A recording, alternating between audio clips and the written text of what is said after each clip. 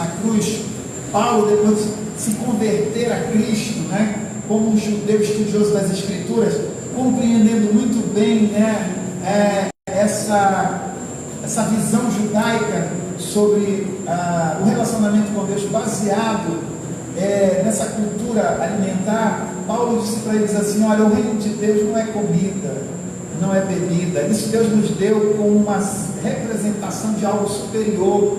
A lei foi apenas a sombra dos bens futuros, mas não a imagem exata das coisas. Mas o reino de Deus, de fato, é gozo, né? É paz e é justiça. É gozo no Espírito, alegria do Espírito Santo, e é a paz. Glória a Deus. Mas que paz é essa? Não é a paz que o mundo dá, porque Jesus também disse: deixe-vos a minha paz vos dou, não vos la dou como o mundo dá.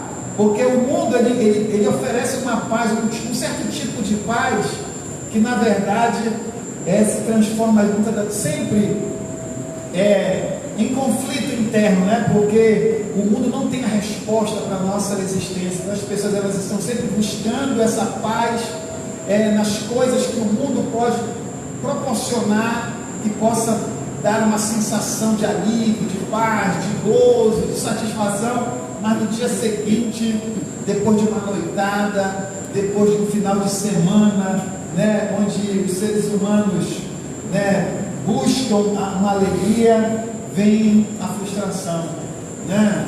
Vem a melancolia, muitas das vezes vem, como é que se diz aquilo que depois que a pessoa bebe, ela fica, no outro dia ela está ressaca, vem a ressaca. Quem bebe diz que a ressaca não é uma coisa muito boa, né? Outro dia, no dia que estava aproveitando a vida ali, está bom, mas no outro dia a ressaca dá uma dor de cabeça tremenda, né? É porque, na verdade, essa busca do homem por essa felicidade sempre, amanhã ou depois, em algum momento, coloca o ser humano num ambiente de vazio, né, interior, e ele fica sempre pensando: mas aonde está essa tal felicidade? Né? Então, essa paz que Jesus promete, ele diz, não é a que o mundo dá, é uma paz permanente. Essa paz, ela é o resultado da presença de Deus em nós, o próprio príncipe da paz, o próprio Deus, né, habitando dentro de nós e se tornando o mentor da nossa vida, se tornando o governador da nossa vida, se tornando o Senhor que dirige a nossa vida por um caminho não de frustração, não um caminho de onde nós vamos ficar buscando um sentido para a vida, não, mas um caminho que nos faz olhar firmemente para o autor e consumador da nossa fé, sabendo que estamos caminhando em direção a um futuro promissor, já vivendo as realidades, né, na nossa vida hoje, daquilo que iremos gozar de uma forma mais plena ainda no futuro. Porque Jesus, quando ele veio a esse mundo, ele disse assim mesmo: é chegado o reino de Deus. Então o reino de Deus já é uma realidade para hoje, é uma realidade presente em nós, porque o reino já está implantado em nós, e nós estamos caminhando para um tempo em que nós iremos ver o reino de Deus em todos os lugares onde colocarmos os nossos olhos. Nós vamos ver a gerência do reino, nós iremos ver o domínio do reino de Deus, iremos ver o governo do reino de Deus em cada pessoa, em cada ambiente, em cada lugar aonde houver um ser humano liderando, governando, será o governo de Deus através do homem. Amém? Porque quando Deus criou Adão e disse dominai, sujeitai a terra, era para ser um governo de Deus através do homem, né? Mas hoje ainda você olha e vê o governo de Satanás em muitos lugares, porque o mundo jaz no maligno. Porém, Jesus, quando veio, ele disse: agora não será apenas um reino de Satanás influenciando os homens, porque é chegado o reino de Deus. O reino já chegou e ele é possível, ele é acessível a todos os homens. Todo aquele que crê no Filho tem a vida. Todo aquele que crê em Jesus entra no reino de Deus. A salvação é a porta de entrada para o reino de Deus. Foi por isso que Jesus disse: eu sou a porta. Não foi isso que ele disse? Mas que porta é essa, pastor? Se eu entregar minha vida a Jesus, ele é a porta, onde é que eu entro? Você tem acesso ao reino de Deus. Quando você está num reino, está num reino, quando você está num reino, você está debaixo das leis desse reino. Se você sair do Brasil e for para os Estados Unidos, o que é que vai imperar, né, sobre você? As leis do Brasil ou as leis dos Estados Unidos? Dos Estados Unidos. Se lá tem pena de morte, você cometeu um crime que pressupõe pena de morte, você vai ser julgado por pena de morte. Se você cometeu o mesmo crime no Brasil, você vai pegar 30 anos de cadeia. É o máximo que alguém pode ficar na cadeia. Não é verdade? Por quê? Porque aonde os teus pés pisam, ali você está sob a gerência daquele reino, daquele governo que governa aquele território. Tá certo? Então, quando Jesus disse, é chegado o reino de Deus, ele estava dizendo que agora o homem pode estar sob a gerência e o governo de Deus. E como eu entro nesse reino? Jesus até disse assim em outro texto da Bíblia, né? O reino está convosco e estará em vós. Né? Em vós. Quando ele morreu na cruz e consumou a obra redentora, a partir dali, o reino se tornou possível, o reino está agora em nós. Então Jesus, ele veio trazendo o reino estava com ele, ainda que Roma estivesse governando, e Jesus ainda se obedecia às leis romanas ali, né? Ele pagava tributos, né? Mas ele carregava o reino dentro dele, na expectativa de que um dia ele sabia ali que ele iria se levantar e vai se levantar sobre a terra e ele reinará sobre todas as nações. Mas naquele momento ele já manifestava o reino de várias formas, né? Até quando Pilatos foi condenado, ele disse, olha, se eu quisesse agora, eu oraria ao meu Pai e ele me enviaria anjos que me livrariam das tuas mãos. Por quê? Porque ele tinha poder para isso. O reino dele era superior ao reino de Pilatos. Mas não é o momento ainda. O momento, aquele momento era que o reino estaria estabelecido dentro dos homens, né? O governo de Deus. E isso é muito interessante. Antes de começar aqui, né? Aliás, está vendo desse assunto que a gente está falando aqui, andando em novidade de vida, porque essa é a nova realidade que nós estamos vivendo. Porque é interessante, irmãos, a gente entender a importância que Jesus falou sobre o reino, é chegado o reino, e vocês não estão vendo, porque o reino está dentro de vocês. Porque, irmãos, é mais importante do que você ver o reino, é você sentir o reino. Porque nem todo mundo que vive no Brasil se submete às leis desse país, né? As pessoas sabem que tem um governo, sabem que tem uma justiça, sabem que tem leis, mas tem gente que não vive pelas leis. Tem gente que vive que é fora da lei, né? Comete crimes. E quem não comete crime sempre está também aqui e ali burlando as leis. Por quê? Porque não carrega dentro do coração, né? As pessoas apenas cumprem as leis por conveniência. No momento em que elas pensam assim, não, eu não vou cumprir isso aqui porque isso é favorável a mim, ela quebra a lei, porque ela tem um benefício ali, né? Eu vou sonegar o imposto. A lei do meu país diz que eu tenho que pagar o imposto, mas se eu pagar, vou ter que tirar do que eu ganhei para pagar para o governo, então eu vou sonegar. Por quê? Porque na verdade as leis estão escritas em papel, em livros, em um código, né, que foi referendado por um colegiado de políticos que nos representam, criaram as leis e estabeleceram como uma lei para a nossa sociedade, mas nem todos carregam no coração. As pessoas, elas se omitem, elas se negam a cumprir a lei, elas sonegam os seus impostos, deixam de cumprir a lei. Agora, quando a lei está no coração, escrita em tábuas do coração, glória a Deus. Então, por isso Jesus disse, o reino é chegado, ele primeiro vai estar dentro de vocês, porque se não estiver dentro, nós não vamos conseguir cumprir o que nós estamos vendo com os nossos olhos. Tem que estar dentro. Tem que estar dentro de nós.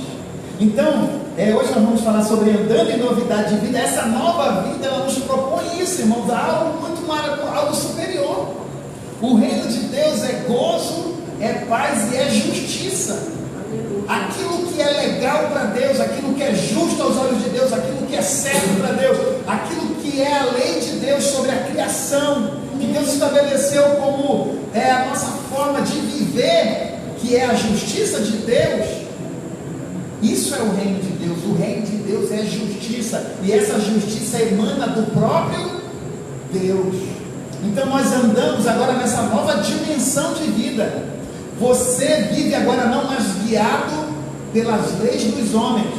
As leis dos homens que nós cumprimos, elas estão referendadas pela Bíblia. Quando a Bíblia diz que as leis dos homens, por algum motivo que é incompatível à lei de Deus, nós nos opomos à lei dos homens, porque nós carregamos o reino dentro de nós. Nós pisamos nesse território brasileiro, nós podemos pisar em qualquer território, mas nós sabemos que o reino que reina sobre as nossas vidas foi implantado dentro de nós, e nós só vamos servir aos líderes, aqueles que estão em posição de autoridade, enquanto eles também servem a quem nós servimos, enquanto eles estiverem submissos àquele que é a maior autoridade sobre o universo, que é o nosso Deus.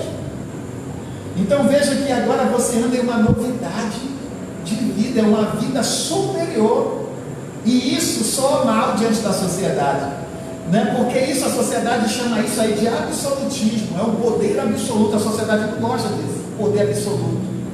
Você já percebeu que hoje a briga da sociedade é porque a sociedade quer relativizar a verdade? Cada um pensa a verdade do seu jeito. A qualquer verdade absoluta é ofensiva à sociedade, é um insulto. Não, as pessoas, né, falar de um Deus que estabelece para nós um padrão ético, moral, que todos devem seguir, isso é tirania. Só que o ser humano não entende que a vontade de Deus ela é boa, perfeita e agradável. Olha a vantagem de você viver essa nova vida em Deus, porque você nunca vai ter algum ônus, você nunca vai ter alguma coisa negativa no sentido de fazer a vontade de Deus. Você cumprir um padrão ético e moral de uma sociedade, sempre, em algum momento, vai levar você a repensar aquilo e formular uma outra lei que possa superar aquela. De vez em quando o Brasil muda uma cláusula. Até um tempo atrás, o divórcio era um crime no Brasil. O que foi que os legalistas fizeram? Os que criam leis? Não, vamos mudar essa cláusula aqui do divórcio. Isso aqui é para uma sociedade muito conservadora, né? Absolutista. Nós já somos uma sociedade moderna, né? Vamos transformar esse casamento numa coisa mais flexível, mais contratual. Vamos criar uma cláusula, né? Em que a traição ela não é uma coisa assim que seja tão imoral assim, né? Então a sociedade humana ela sempre vai viver uma frustração, porque ela não acredita nessa absoluta de Deus. Agora a vontade de Deus é boa, perfeita e agradável. Vamos ler aqui o Romanos capítulo 6 e 4 para a gente aprofundar mais um pouco sobre esse andando em novidade de vida, né? Você aceitou a Jesus como Salvador para andar numa nova vida, novidade de vida, uma vida totalmente oposta, diferente daquela que você vivia. Olha o que diz Romanos 4: de sorte que fomos sepultados com Ele pelo batismo na morte, para que, como Cristo foi ressuscitado entre os mortos, assim andemos nós também em novidade de vida. Olha só, o que é que Paulo está falando aqui? Paulo, ele traz aqui uma relação da morte, da ressurreição de Cristo com a nossa nova vida, né? E como também o sepultamento da nossa antiga vida e o ressurgimento de uma nova vida. O que Paulo quer dizer aqui, que assim como Jesus, ele morreu, né, e foi sepultado, aquilo aconteceu fisicamente, o corpo de Jesus foi sepultado, né? Da mesma forma, no sentido espiritual, aquilo que Jesus fez trouxe uma realidade espiritual sobre nós, né? Nos sepultando também, mas sepultando o velho homem, o homem caído, porque todo ser humano que vem a esse mundo como diz a Bíblia, da glória de Deus. Ele é chamado de um homem caído, caído do seu estado de graça. Ou seja, ele está afastado de Deus, ele não tem vida em Deus. Por isso, ele se torna um pecador inveterado. Ele naturalmente vive a vida do pecado, ele aceita tudo que a sociedade humana ela propõe, né? O homem vive do jeito que quer, por quê? Porque ele vive uma vida longe de Deus. A sua vida não é baseada num relacionamento com Deus, mas num relacionamento entre os próprios homens que decidem, né, num contrato social, o que é o melhor para essa sociedade. Então, para Deus, esse homem está morto, por quê? Ele está num relacionamento entre os seus co-iguais, mas não está num relacionamento com o seu Criador. Tudo no relacionamento humano parte dele mesmo, não é daquilo que ele decide em sociedade, como sociedade. Agora, Jesus vem para quê? Para sepultar essa vida, para botar um basta nisso e dizer, olha, essa forma de vida vai ser sepultada, porque essa é a vida do homem caído, do homem sem Deus. Então, para que isso acontecesse no âmbito espiritual, porque a realidade de todo homem, mesmo que ele ignore isso, irmãos, ela é uma realidade espiritual que se manifesta no físico. O grande problema do homem é ele desconsiderar que ele, antes de ser um ser biológico e moral, né, humanamente falando, ele é espiritual. Você percebe que quando Deus cria o biológico, o homem biológico, ele não tinha vida. Quando é que aquele ser biológico se levanta? Quando o sopro entra, quando Deus sopra. Sopro ali é vida, e não é só a vida que coloca o corpo físico em funcionamento, é a vida que emana de Deus. A vida espiritual faz aquele ser, né, se levantar. A vida que Deus sopra para o corpo físico, mas dentro daquele corpo físico que tem vida biológica, Deus coloca a vida dele, a vida moral, a vida espiritual. Então o homem, ele é uma entidade espiritual habitando dentro de uma estrutura feita da matéria. Então o homem que vive, ele sem Deus, ele não tem esse conhecimento. Por isso que agora o homem pensa, tudo o que ele pensa na sua vida é dentro da perspectiva humana, da sua capacidade racional de ver a vida.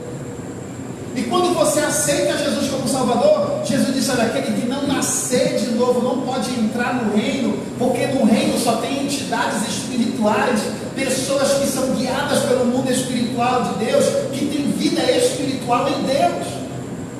Você está entendendo? Então tem que nascer de novo. Então o homem ignora, ele não acredita que ele está morto espiritualmente, porque para ele não existe vida espiritual, só existe a vida física.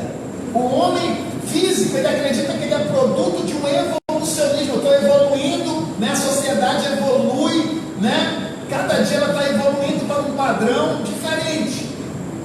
A sociedade de hoje não será a sociedade de amanhã. A de hoje não é a que foi lá atrás. Essa é uma evolução do pecado, da mente pecaminosa, do homem caído. Agora Jesus vem para que esse homem que pensa pelo natural, ele seja sepultado em um novo homem que pensa segundo Deus, nascido do Espírito, agora venha ressurgir. E esse homem que nasce espiritualmente, ele não pode nascer da vontade humana, porque nenhum homem pode resolver esse problema do pecado, nenhum homem pode dar vida espiritual para si mesmo. O próprio Deus teve que se fazer homem, para que na cruz do Calvário ele tornasse isso possível, e nós pudéssemos andar em novidade de vida, em viver uma nova dimensão de vida.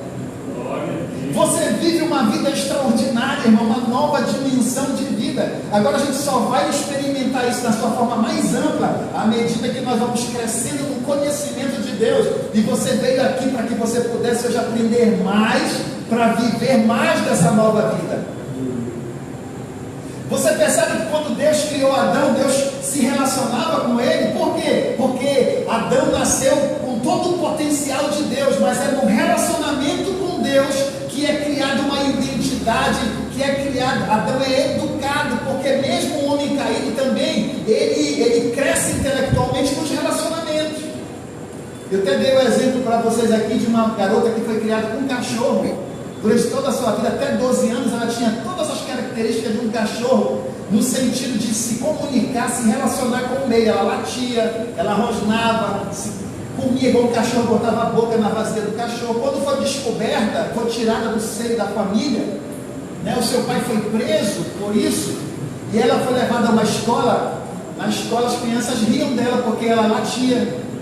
Ela começou a se ressocializar, porque era no relacionamento que nós desenvolvemos as nossas características, né? E nós vamos ter a característica daqueles com quem nós nos relacionamos. Então, quando Deus criou Adão, ele já tinha todo o potencial divino, foi criado em pureza, mas foi no relacionamento com Deus que Adão foi desenvolvendo a sua, olha como o racional se liga ao espiritual, porque a fé ela não é só espiritual, irmão, ela tem uma razão, só que essa razão quem tem que nos dar é Deus. A razão, a resposta que precisamos dar para a vida sobre tudo tem que vir de cima, tem que vir daquele que nos criou. O homem que nasce sem Deus, ele tenta dar uma resposta para a vida a partir de si mesmo, porque ele está desligado da sua verdadeira fonte de vida. Então, andar em novidade de vida é andar numa nova perspectiva de vida, é enxergar a vida com os olhos de Deus, com as lentes de Deus, e por que não dizer, pelas lentes da revelação da palavra. Então, como é que isso acontece? Isso acontece através de Cristo, irmãos. Ninguém consegue realizar essa obra em si mesmo. É por isso que Paulo diz aqui em Romanos 6,4: de sorte que fomos sepultados com Ele pelo batismo, através da morte de Cristo.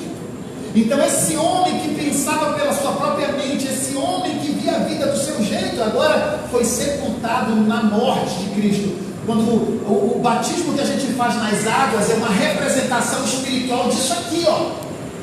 Porque Paulo diz, olha, nós fomos sepultados na morte de Cristo. A morte de Cristo levou o velho homem à sepultura. Ali não estava só Jesus morrendo, ele estava carregando o pecado da humanidade sobre si e sepultando no mundo espiritual, sepultando essa natureza pecaminosa e oferecendo para nós a natureza divina que ele veio revelar, nos devolvendo a identidade de filhos.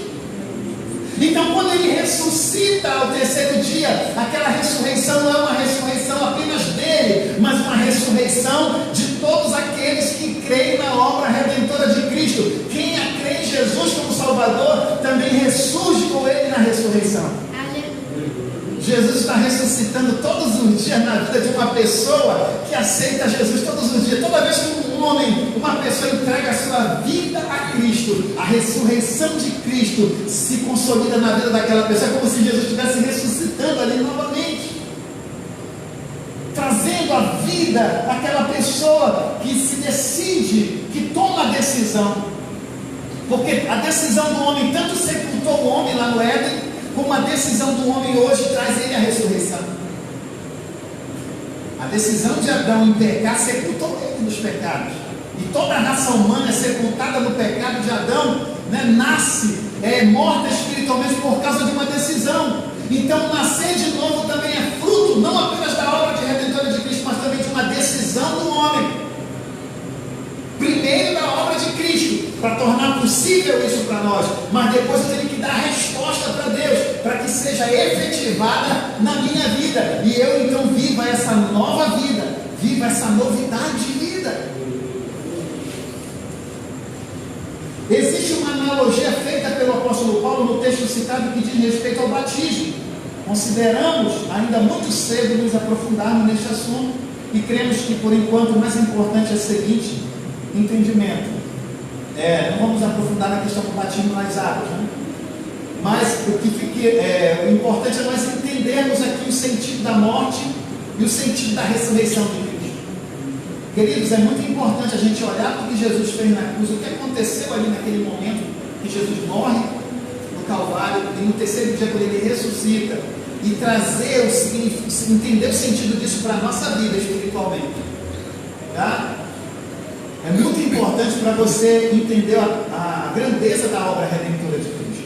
Então, olha só, morte aqui significa sepultamento, e ressurreição significa nascer de novo, né? Receber uma nova vida.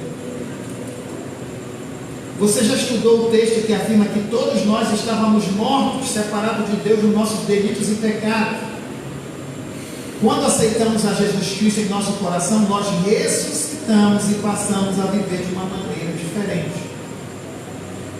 Ressurreição significa novidade de vida. A partir de agora, fui chamado para andar de uma maneira diferente da qual eu vivia.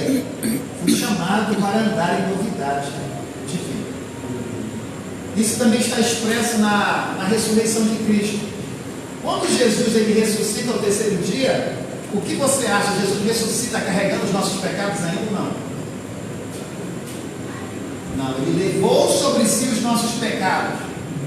Quando ele morre, fisicamente ele foi sepultado, mas espiritualmente os nossos pecados também foram sepultados. Ou seja, eles foram cancelados.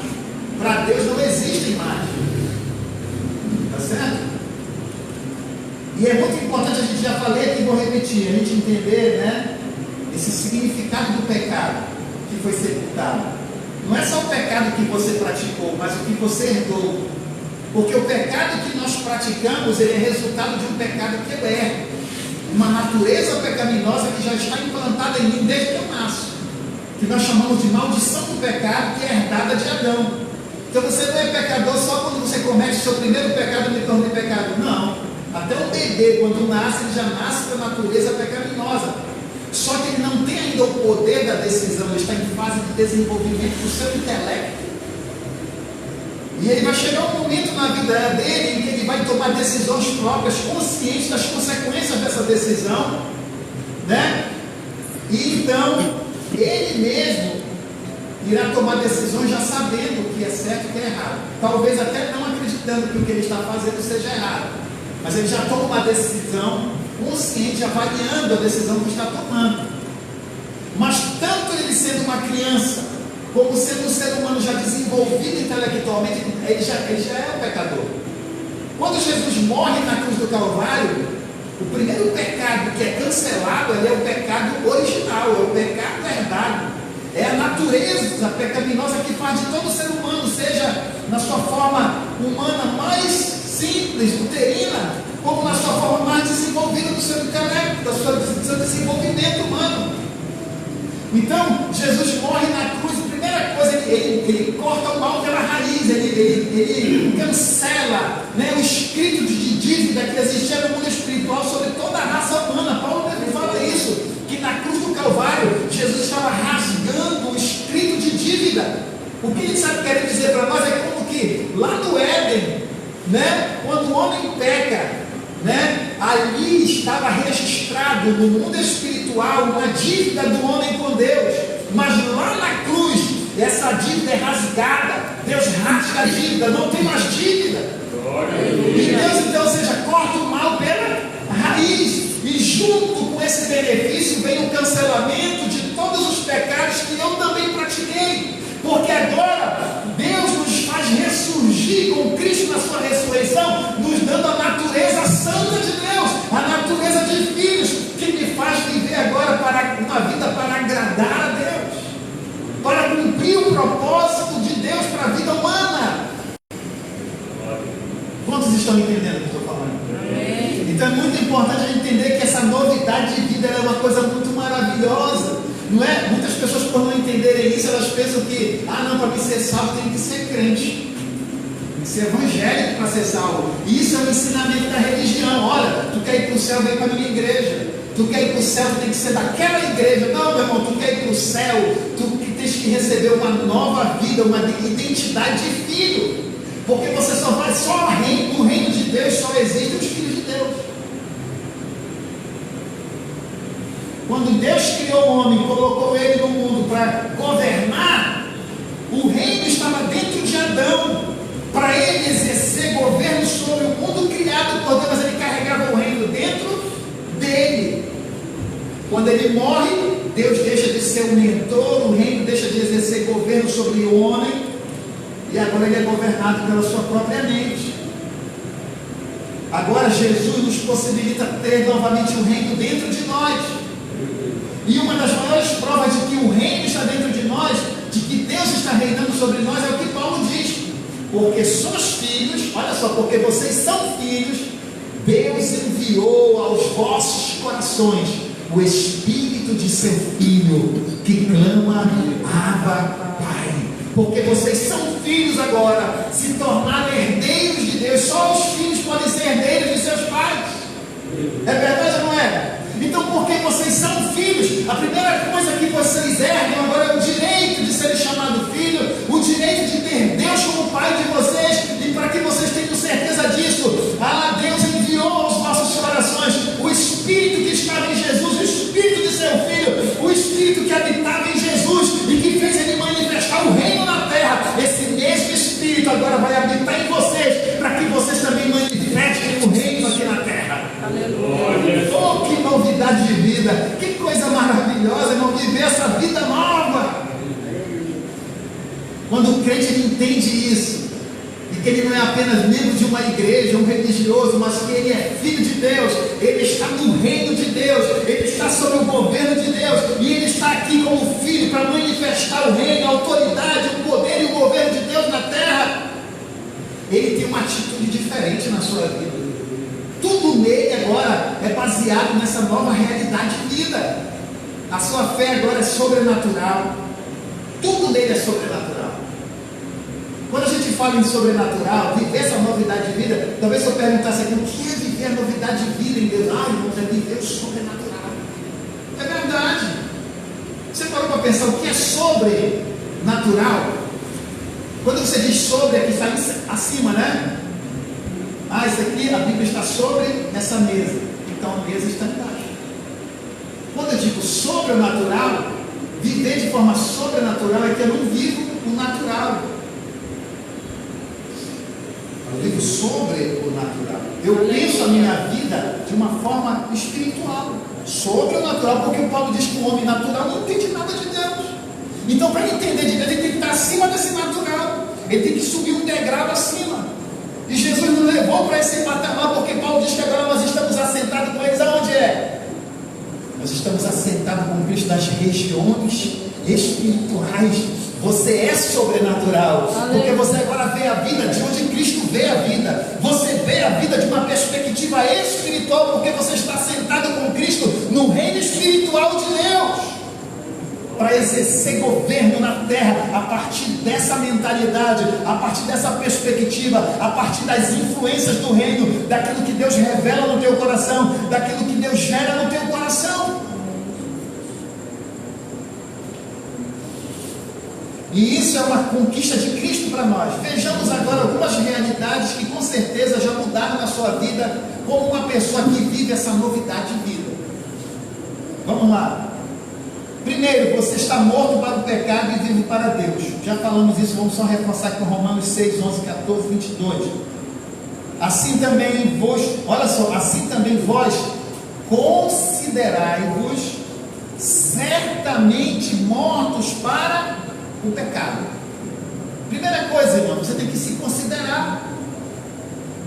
Olha aqui, considerai-vos certamente, convictamente. Se considere morto para o pecado, meu irmão. Porque tem crente que ele vive a novidade de vida, mas é como se ele não vivesse. Ele quer viver a cultura do velho homem, sendo um novo homem. Tudo que ele faz é pensando de forma do velho homem. Porque o trabalho do Espírito Santo habitando em nós é para mudar essa mentalidade, nos reeducando, nos reensinando. Porque nós temos muito do velho homem, a gente quer enxergar a vida ainda do jeito que a gente enxergava. Porque, irmão, Deus não faz na nossa vida nada forçado. Você está Jesus, já vou acordar amanhã, já vou ter outra cabeça. Não, é construção, porque é relacionamento. Adão começou a sua vida num relacionamento com Deus. Deus criou Adão e disse, vai lá, ele já sabia fazer tudo. Não, já sabia. Ele sabia que tinha inteligência, tinha muitas coisas fluindo dentro dele, mas Deus não queria que fosse só assim. E Adão vivesse sem ter um contato com Deus, não. Adão se relacionava com Deus, aprendia com Deus. Quando Jesus veio aqui, foi que ele disse, aprendei de mim, que sou manso e humilde de coração. Eu creio que foi a mesma coisa que Deus deva ter dito para Adão, aprenda comigo, que apesar de ser Deus, eu sou manso e humilde de coração. Eu quero te ensinar a você exercer esse domínio, esse governo que eu te dei, para cumprir a minha vontade. vontade, o meu propósito. O governo que Deus quer que você exerça no seu casamento, na sua casa, na sociedade, em qualquer lugar onde você influencia pessoas, não é o teu governo. Por que a sociedade está complicada? Porque cada um quer exercer governo de liderança do seu jeito. Alguém diz, lá na minha casa é assim, o outro diz, não, na minha casa é assim. Na minha casa é mais liberal. Não, na casa dos meus pais era assim, meus pais me ensinaram assim, mas já com a criação dos meus filhos, não. Eu já tenho outra cabeça, já quebrei alguns tabus, né, lá do passado, eu ensinei meus filhos assim, agora é assim. Porque todo mundo quer pensar a vida do seu jeito. Mas o que foi que Jesus falou para os discípulos quando estava construindo a identidade de um cidadão do reino de Deus, de um filho de Deus? Aprendei de mim, que sou manso e humilde de coração. Por que Jesus falou isso? Porque ele aprendeu com o Pai. Como um homem, Jesus também aprendeu com o Pai. Ele disse, tudo que eu ensino para vocês não vem de mim mesmo, vem do meu Pai, porque Jesus tinha relacionamento com o Pai. O que Jesus aprendeu